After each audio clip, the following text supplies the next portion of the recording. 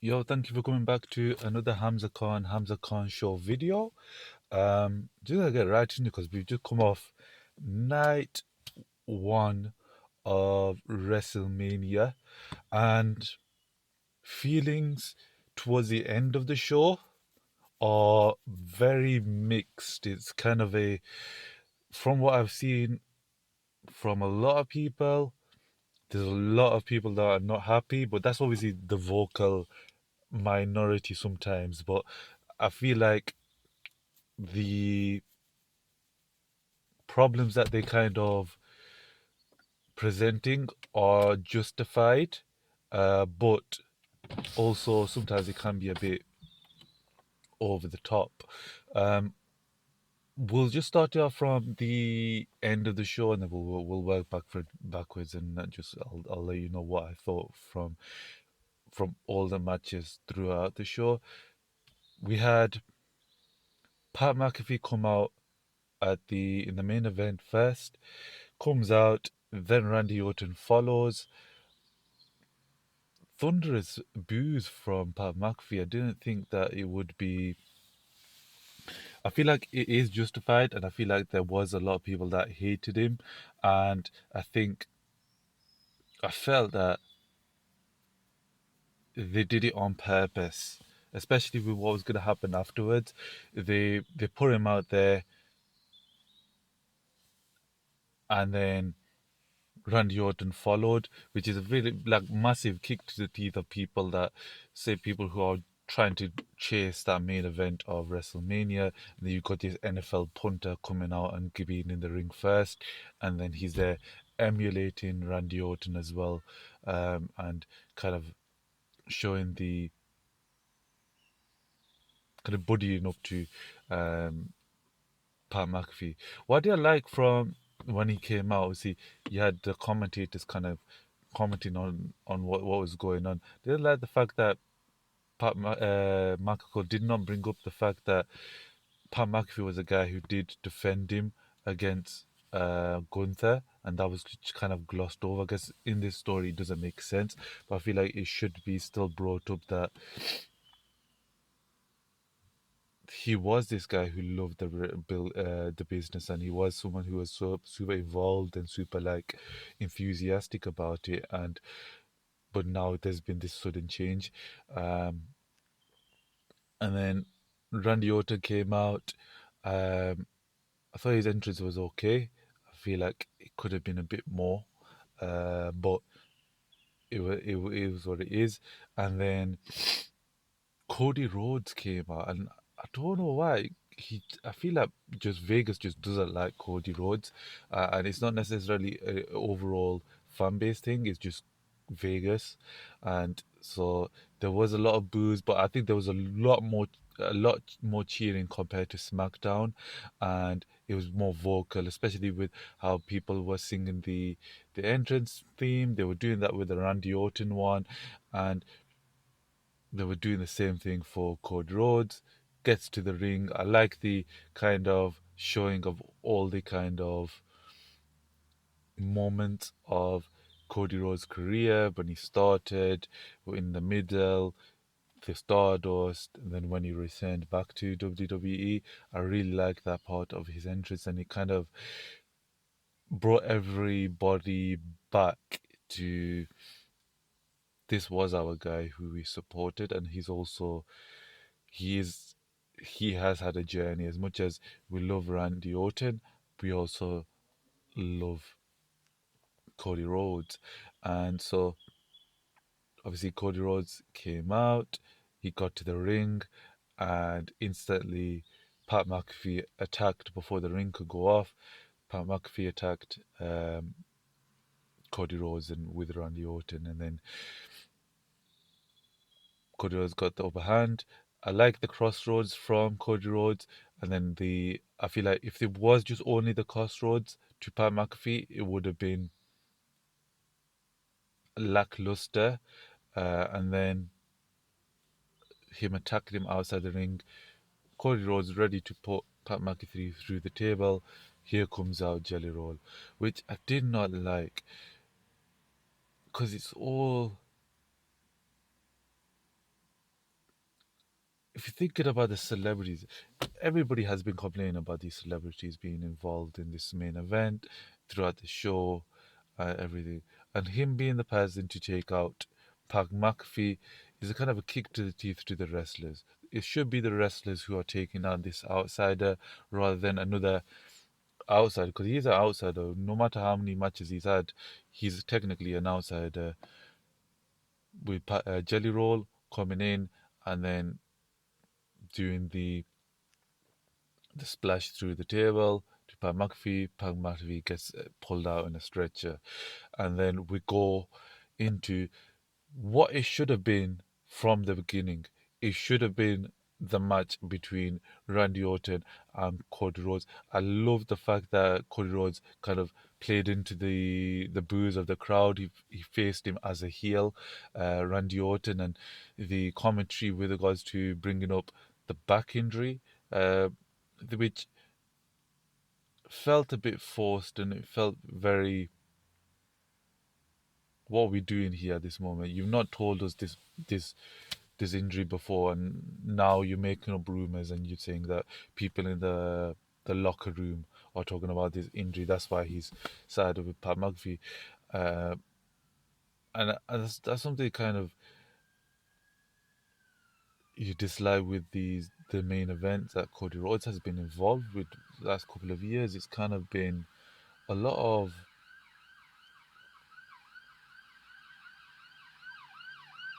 it's been kind of a situation where you get pushed into like a story. It's not really flushed out. It's not what the people want, and ends up being lackluster. So the match itself was really good and it was really enjoyable, but the ending was not what we wanted. Obviously, ref gets taken out, and then here comes Pat McAfee as a referee for some reason. He's back before we got rid of him, but not. He comes out, he gets RKO'd by Randy Orton, and then we go into um, Cody Rhodes hits Randy Orton with the crossroads and then um, pins Randy Orton, um, which was, I guess, with the mess of the story that you've already had so far, was what you had to have Cody Rhodes win at that point, because we don't want Pat McAfee involved any longer, and if Randy Orton did win, Pat McAfee wasn't going to leave and he's not going to be involved. He would continue to be involved. So Cody Rhodes had to win. And at the end of the show, Randy Orton attacks Cody Rhodes, punts him, and then we leave on the visual with Randy Orton bloodied up, holding the WWE Championship. And it just felt weird. It felt wrong. It was kind of like, why wasn't this the beginning? Why wasn't that Randy Orton the person we saw from the beginning? Why did Pat McAfee get involved? Talk about nonsense.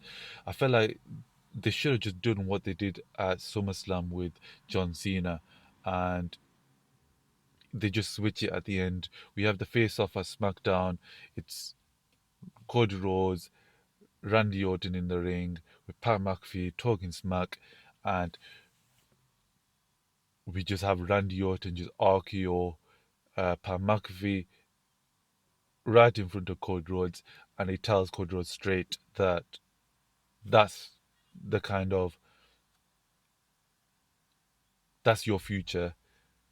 It's gonna be me v you, and we go into WrestleMania with a vicious Randy Orton, a vicious kind of stronger, learned from his mistakes, Cody Rhodes, and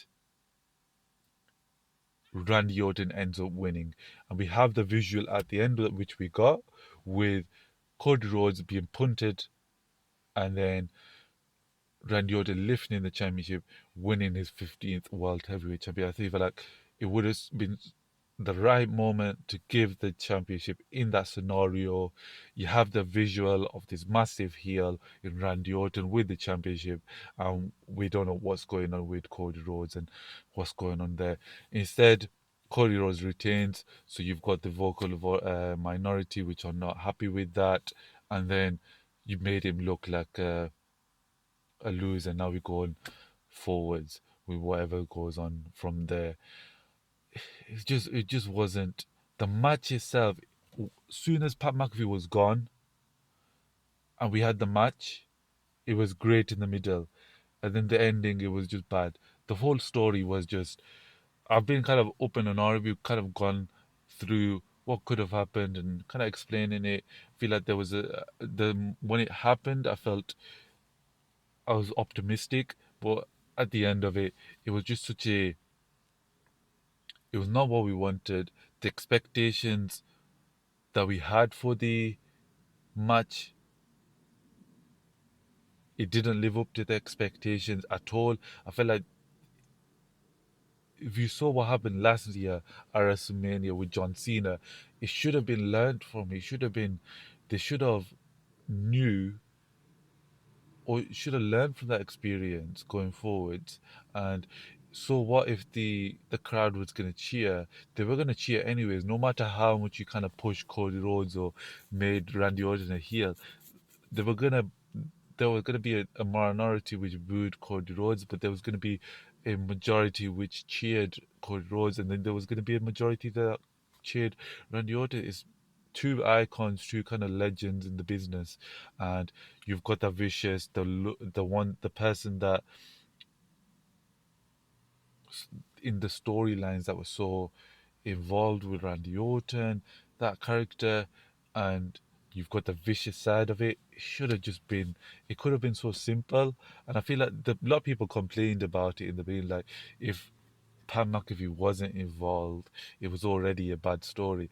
But you had 3 weeks before Pam McAfee got involved, where you could have built a story. It was so you had so long where you could build a story that was flush, that was understandable, that had the vicious side of Randy Orton, had the good side of Cody Rhodes, but it also implemented and showed that Cody Rhodes had learned from his mistakes, and it wasn't going to be a case where the babyface gets outsmarted by the heel.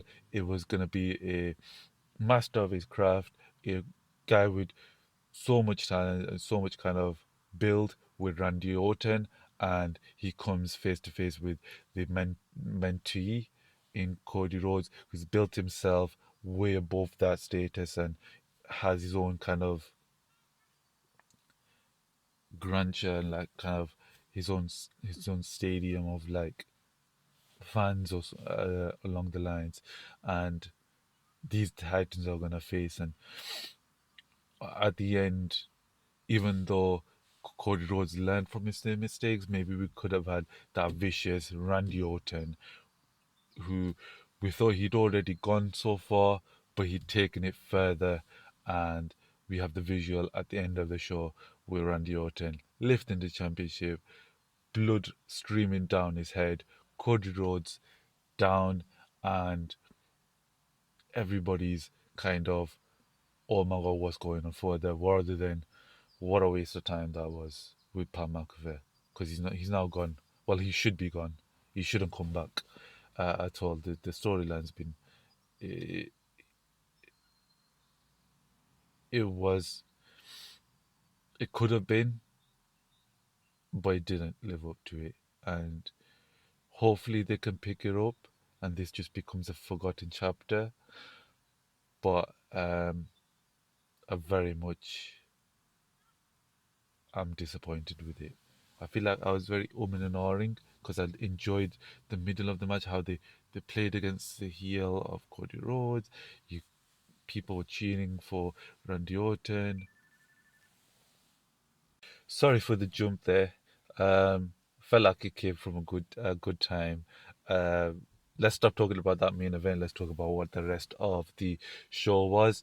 Um, so start of the show, you had Usos, LA Knight, v Vision and Speed.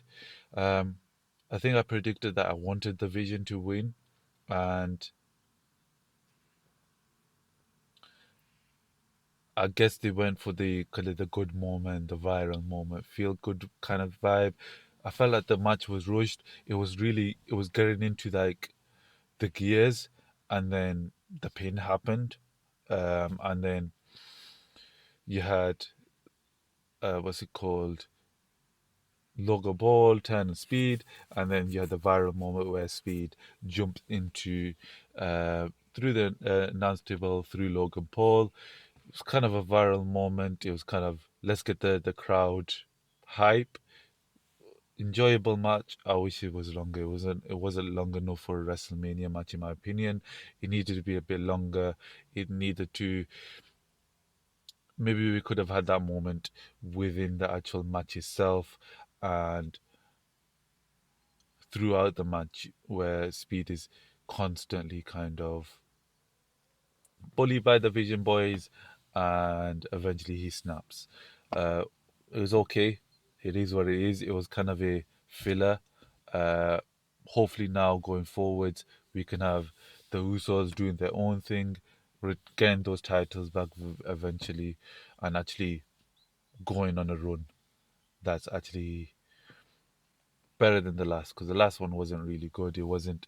They didn't have enough matches. I feel like they had the. I feel like there was a moment where Otis and Tozawa were facing the Usos, and that was a really amazing match. And I feel like the. I think they should have let Tozawa and I was gonna say Omos, but Tozawa and the what's his name again? Otis win the tag team championships. Um, but yeah, filler match kind of. It wasn't the vibes. We had the next match on the card. You had Drew McIntyre versus Jacob Fatu. Enjoyed that match. It was really, really good. They kind of pushed the limits. You brought up the past of Drew McIntyre with the um, toolbox in play, and it was really, really good. You pushed the limit. Jacob Fatu won, which is the right move, pushing Jacob Fatu. Moma, a sort of interview afterwards, and you rally behind Jacob Fatu, and hopefully they can sort out whatever's going on in the main event so that they can get Jacob Fatu involved in there permanently, properly, so we can kind of build towards Jacob Fatu in that main event picture, eventually winning the World Heavyweight Championship because he deserves it. The momentum's back for Jacob Fatu, I feel like, and it was so well done. It was really enjoyable that match, and I was impressed with it. I feel like circumstances kind of pushed that match in a way, and both Drew McIntyre and Jacob Fatu push the limit as much as they can so that they can actually put on a show for the people and kind of present themselves as deserving winners and deserving that main event level, and they both do definitely. And I really enjoyed that match. Next match, you had the women's tag team match. We had the return of Paige. It's very interesting to see what they're gonna kind of do with her going forward. Is she gonna be a Raw competitor? She could be a SmackDown competitor, and who is she going to be kind of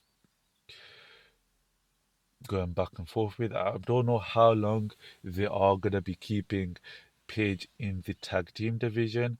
I feel like it would be make sense to maybe keep her for a little while and then let's get into the stories that matter and the we can kind of build towards maybe an AJ Lee versus um, Becky Lynch match or something along those AJ Lee versus Becky Lynch or sorry AJ Lee and Paige match a rematch between those two and maybe we can have Paige versus Becky Lynch in an intercontinental championship match in an intercontinental kind of picture as well as you got Charlotte Flair as well.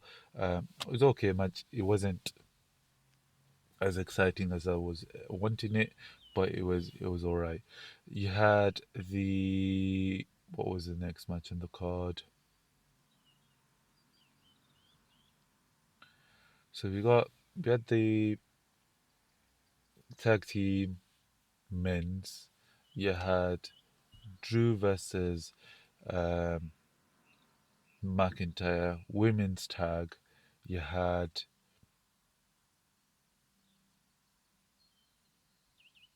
I feel like there was another match that I'm forgetting. Maybe I'm not. But you had the Becky Lynch versus AJ Lee match. Right decision. AJ Lee lost and Becky Lynch won. Now we can have an entertaining kind of intercontinental championship reign, a third one running. She's really good.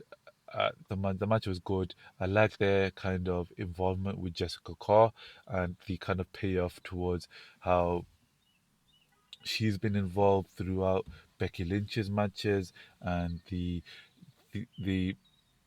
intelligence at the end of the match where you got the ring post is taken down again. It was done at the start of the show, but Jessica Carr kind of put it back in place, but obviously it's not going to be secure. Becky Lynch nicely takes it off, covers it so the ref can't see. AJ Lee goes for the attack. He pull in the referee gets knocked down. Becky Lynch takes advantage, um, manhandle slam, wins the championship back. Makes sense, right move, enjoyed that match. And it was, now we can focus on going forward with her as the Intercontinental Championship. And there's so much more stories that we can build with um, Becky Lynch as Intercontinental Champion. Next match on the card, you had the amazing Gunther versus Seth Rollins match. I enjoyed that match so much. That was the best match in the card. It was so good. It was everything made sense. The kind of the beginning of the match where you had them just brawling outside, the kind of anger of Seth Rollins and Gunther, and then you had kind of amazing match in the ring. Went outside the ring, the domination of Seth Rollins, making him look really good, as well as making Gunther look good as well. You always see that in Gunther matches where he takes a lot of offense, but he's also giving it. But the offense that he takes is so impactful. It kind of it's like it times by 10 every time he gets attacked, and it was so good that match. And then in the end, it's kind of what a lot of people predicted. Here comes Braun Breaker, spear. Ref doesn't see it as he's focused on Gunther. Gunther gets back in the ring. Sleeper hold. Seth goes to sleep. And Gunther wins that match and he can move forward with whatever he's doing. Hopefully, it's Brock. We're building towards Brock versus Gunther. That is a match we need to see this year. It has to be this year. If it's not this year, then I don't know when.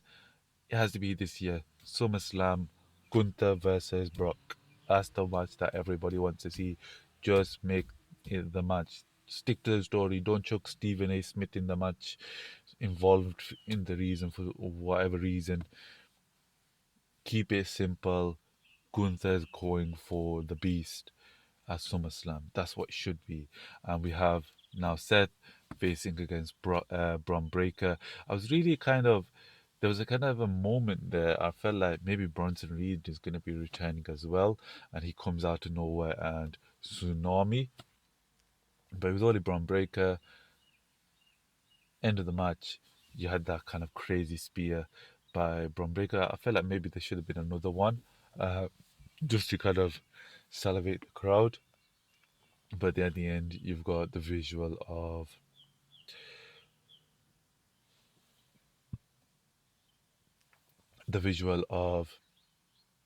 Paul Heyman and Braun Breaker at the end, hands in the air, and we're going forward. We're getting the line back on track. The injuries kind of took everything out of place, but this was a good curveball. to build other stories, but also be impactful. And it was the right decision with what happened. I just love that. That match is so, it's going to be so rewatchable. It's so, you see what everybody's kind of talking about it, and you can't complain. And it's really good. You got two individuals in Gunther and Seth Rollins, and they know how to wrestle. And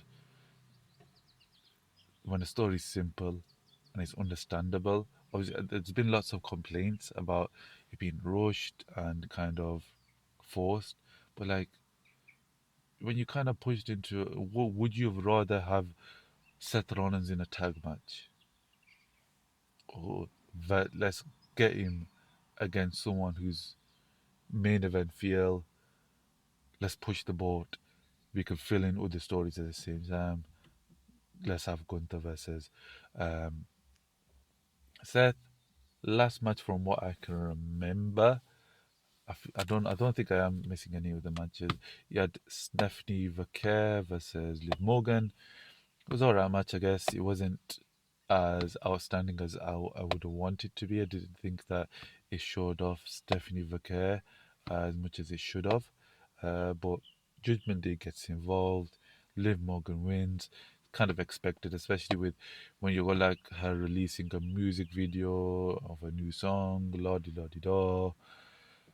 Let's get Liv Morgan there. Felt bad for Stephanie Vaquer because I don't feel like she's got the title reign that she should have and she deserved. It should have just been in her title reign should have just been. Let's forget about the stories too much. I just want to see Stephanie Vaquer dominate the division and just put banger after banger. She might win a match last week and she comes out, I'll be this so and so. Who's next? Like she was doing on NXT, she was like, okay, I'll beat this person. Who's next? Who's next? And it was what people wanted to see from her, and I think that was a missed opportunity with her as the champion at that time. But that was the show. As I said, did not like after talking through it and going through it. As much as I tried to be optimistic and trying to like it, I did not like that main event at the end. If you're talking, you have to take it in as a overall, and as a overall, it wasn't good. It felt like a waste of time. It felt like I wasted my time. It felt like Cody Rhodes and Randy Orton wasted their time, and it wasn't the moment. If you talk about WrestleMania, you talk about moments. It was the moment there was wasted, and uh, I'm interested to see what goes on forward. Hopefully, we see Cody Rhodes on Raw instead of being on SmackDown, and we're straight away into Randy Orton, Cody Rhodes having a rematch, and it's just simple, just Randy Orton, killer. Cody Rhodes in backstage, he's walking around, bang, Randy Orton come out of nowhere. He don't care. Chica Fatu, who knocked your teeth out? It was me. What are you gonna do about it? Simple. Anyways, got kind of into it right there. Anyways, thank you guys for watching. Leave a like if it was good. Leave a dislike if it was bad. And I'll probably see you quite shortly after WrestleMania Night 2. Thank you. Peace.